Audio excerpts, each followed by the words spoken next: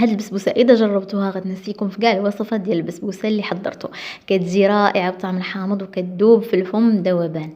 اذا في المكونات عندي بيضتان مع واحد الرشه ديال الملح، كاس الى ربع ديال السكر، نخلطهم مزيان حتى يفتح اللون ديالهم. عاد غادي نضيف لهم كاس الى ربع ديال الزيت، دائما كنعبر هنا بالكاس ديال الياغورت.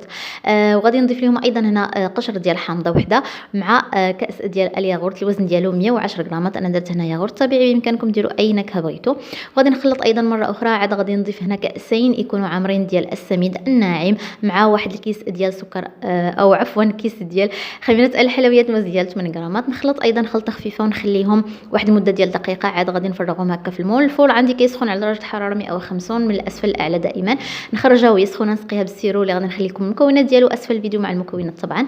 هنا الكريمه غادي نحتاج الكاسين ديال الحليب مع ملعقتين كبيرتين ديال كريمه الكاسترد او مستحضر كريمه الكاسترد مع 4 ملاعق كبيره من السكر، كيس من الفانيليا، وايضا ربع كاس ديال الحامض.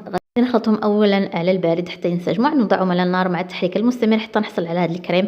في الاخير غادي نضيف لهم واحد ملعقه صغيره ديال الزبده مع واحد الرشه ديال قشر الحامض، ونفرغهم كيف ما لاحظتوا معايا على البسبوسه ديالي، ونخليهم حتى يبردوا تماما. عاد نزينهم كيف ما هو موضح في الفيديو. نتمنى انكم تجربوها وتردوا لي في التعليق وسجلوها، تحتاجوها ان شاء الله لرمضان، وبصحه والراحه.